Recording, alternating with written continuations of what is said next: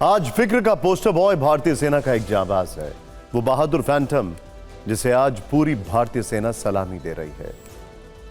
Akhnoor sector में आतंकियों के खिलाफ चलाए गए ऑपरेशन के दौरान उसके सर्वोच्च बलिदान को याद कर रही है। K9 ब्रीड का डॉग फैंटम आतंकियों की गोली लगने से शहीद हुआ था। इसीलिए आज हम भी आपको उसकी वीरता की सच्ची कहानी सुनाने वाले हैं। लेकिन उससे पहले कुछ बातें जो हम आपसे करना चाहते हैं। हमारे समाज में दो तरह के लोग होते हैं, एक वो जो डॉग प्रेमी होते हैं और एक वो जो उनसे डरते हैं। आपने अक्सर दिल्ली, मुंबई की बड़ी बड़ी सोसाइटीज में इन्हीं डॉग की वजह से लोगों को आपस में लड़ते झगड़ते देखा होगा। लेकिन लोगों की पसंद नापसंद के बीच ये बात आपको शायद ही मालूम होगी कि कई ऐसे डॉग खामोशी के साथ देश की सेवा भी कर रहे हैं। वो सैनिकों के साथ सीमा के प्रहरी भी हैं और जरूरत पड़ने पर आतंकवादियों के काल भी बन जाते हैं। तो हम जिस डॉग फैंटम की बात कर रहे हैं उसके कारनामे भी कुछ ऐसे ही हैं। और अखनूर सेक्टर में आतंकियों से एनकाउंटर के समय सबसे ज्यादा चर्चा में सेना का यह डॉग क्यों है, यह आपको जानना चाहिए। असल में 28 अक्टूबर को जम्मू कश्मीर के अखनूर में सेना की एम्बुलेंस पर आतंकवादियों ने फायरिंग की थी। सीमा पार से घुसपैठ करके आए इन आतंकवादियों ने यह हमला जोगवान एरिया में किया था। आतंकवादी इसके बाद यहीं के कैरी बटल इलाके के घने जंगलों में छिप गए थे। इसके बाद सोमवार की सुबह से ही जंगल में भारतीय सुरक्षा बलों ने आतंकवादियों को ढूंढने के लिए बड़े पैमाने पर सर्च ऑपरेशन चलाया। जंगल चूंकि घना था तो इस काम में सेना ने अपने K9 स्क्वाड के डॉग्स की भी मदद ली, जिनका काम जंगलों में घुसकर आतंकियों का पता लगाना है, उनके भागने के संभावित रास्तों की पहचान करना था। और सेना के K9 डॉग स्क्वाड ने इस मिशन को बखूबी अंजाम भी दिया, आतंकियों को पता भी लगाया। इसके बाद दोनों ओर से फायरिंग शुरू हुई और क्लोज फाइट के दौरान ही सैनिकों ने 3 आतंकवादियों को मार गिराया। लेकिन इसी बीच एक और घटना घटी। गोलीबारी के दौरान ही आतंकियों की एक गोली सैनिकों के साथ मोर्चे पर तैनात फैंटम नाम के खोजी डॉग को भी लगी, जिससे वो घायल हो गया। बाद में इलाज के दौरान सर्वोच्च बलिदान दिया। भारतीय सेना की व्हाइट नाइट कॉप्स ने उसकी शहादत पर देश को जानकारी दी। सोशल मीडिया पर लिखा, फैंटम की बहादुरी, वफादारी और समर्पण को कभी भुलाया नहीं जा सकेगा। जम्मू के डिफेंस पीआरओ ने बयान दिया, हम अपने डॉग फैंटम के सर्वोच्च बलिदान को सलाम करते हैं। आपको यह बात भी जाननी चाहिए कि भारतीय सेना में शामिल K9 यूनिट का डॉग फैंटम सेना में शामिल कब हुआ था। फैंटम नाम के इस डॉग का जन्म मई 2020 में हुआ था। अगस्त 2022 में इसे असॉल्ट डॉग यूनिट में पोस्ट किया गया था। यह डॉग कड़ी ट्रेनिंग के बाद K9 यूनिट का हिस्सा बनने गया था। उसे रीमाउंट वेटनरी कोर मेरठ से लाया गया था और अखनूर से पहले भी भारतीय सेना के कई बड़े मिशन का हिस्सा रह चुका है।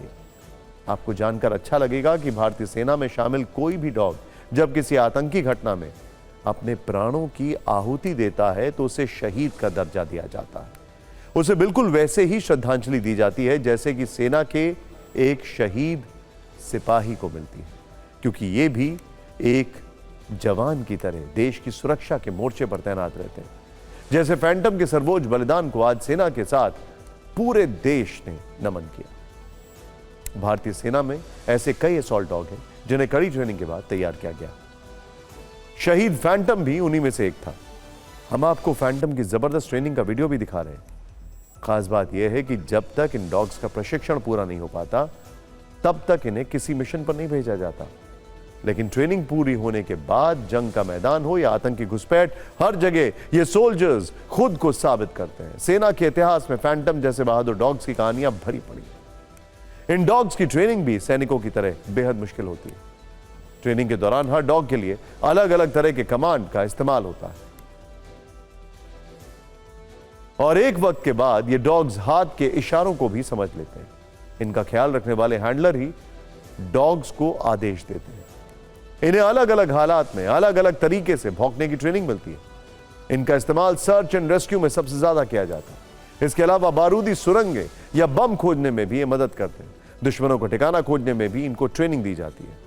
सेना में एक डॉग का सर्विस पीरियड 8 से 10 साल का होता है और सबसे बड़ी बात यह कि इन्हें सर्विस के दौरान या फिर मरणोपरांत वीरता के लिए पुरस्कार भी दिए जाते हैं। जैसा कि पिछले वर्ष ही राजौरी एनकाउंटर में शहीद फीमेल असॉल्ट डॉग केंट को मरणोपरांत राष्ट्रपति वीरता पुरस्कार दिया गया था।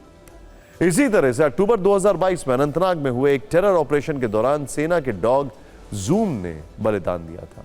और उसे भी मरणोपरांत गैलेंट्री अवार्ड से सम्मानित किया गया था। अब फैंटम के बलिदान को भी इसी तरह से राष्ट्रपति अगले वर्ष सम्मानित कर सकती है। वैसे हम यहां जिस खास ब्रीड बेल्जियम मेलिनॉइस की बात कर रहे हैं, उसका इस्तेमाल भारत में सेना के अलावा सीआरपीएफ नक्सलवाद के ऑपरेशन में भी करती है।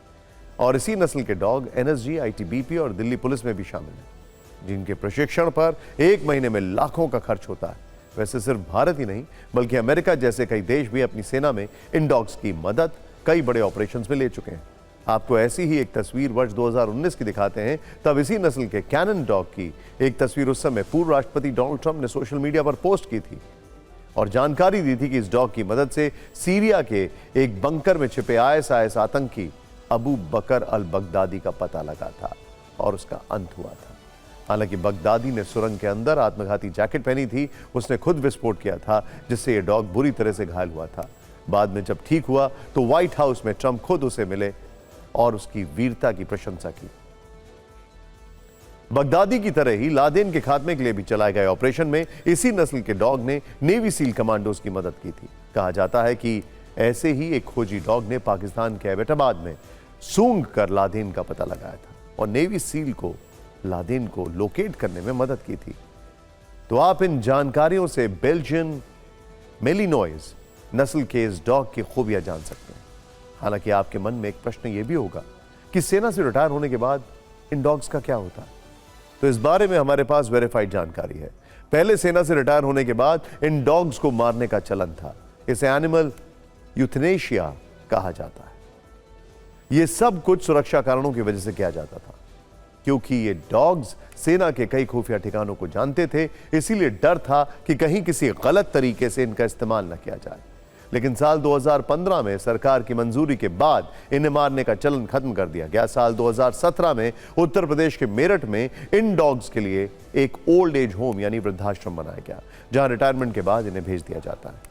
अलग अलग देशों की बात करें तो रिटायर आर्मी डॉग्स को लेकर अलग अलग कानून बनाए गए हैं। अमेरिका में रिटायर होने वाले आर्मी डॉग्स को लोग अडॉप्ट कर लेते हैं। जिन्हें अडॉप्ट नहीं किया जाता उन्हें खास एनजीओ को दे दिया जाता है। इसी तरह ब्रिटेन में आर्मी डॉग्स के लिए ओल्ड एज होम बनाए गए हैं, जहां रिटायरमेंट के बाद उन्हें रखा जाता है। जबकि जापान में तो रिटायर हो चुके आर्मी डॉग्स के लिए अलग से एक हॉस्पिटल होता है, जहां इन डॉग्स के लिए बिल्कुल इंसानों जैसी सुविधाएं होती हैं। लेकिन देश कोई भी हो, जब तक फैंटम जैसे डॉग सर्विस में रहते हैं, दुश्मनों का काल होते हैं और राष्ट्र की आन बान और शान के लिए डटे रहते हैं, इसीलिए देश को फैंटम जैसे इन बेजुबान बहादुरों पर गर्व है।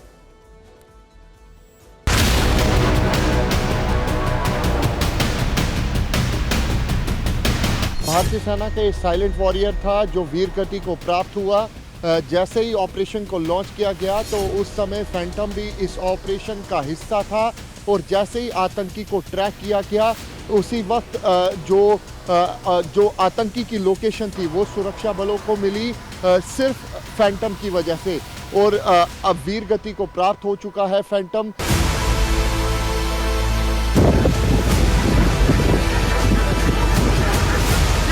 एक बड़ी सक्सेस है। वहीं दूसरी तरफ भारतीय सेना ने अपना एक वीर साइलेंट वॉरियर जो है वो खोया है।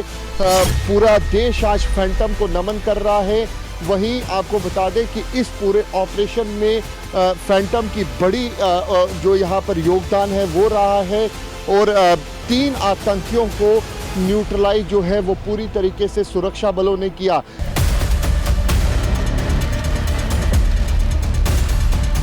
हमने एक हमारा आर्मी डॉग खोया है जो सर्च के दौरान आगे जब चल रहा था तो मिलिटेंट्स ने उस पर फायर किया था और इस आर्मी डॉग ने शहादत दी है और इसकी वजह से कई जानें बची हैं।